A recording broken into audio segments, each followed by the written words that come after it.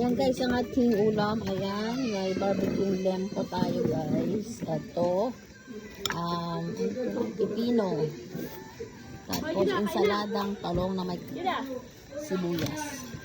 Tapos mangga.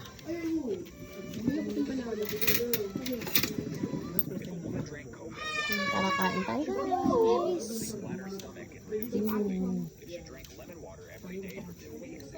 Sarap nito guys.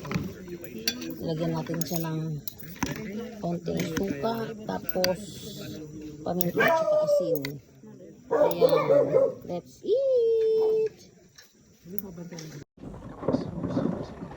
Ayan na guys ang ating guys. Ayan, dalawa na kami dito guys. Ayan, ensaladang talong.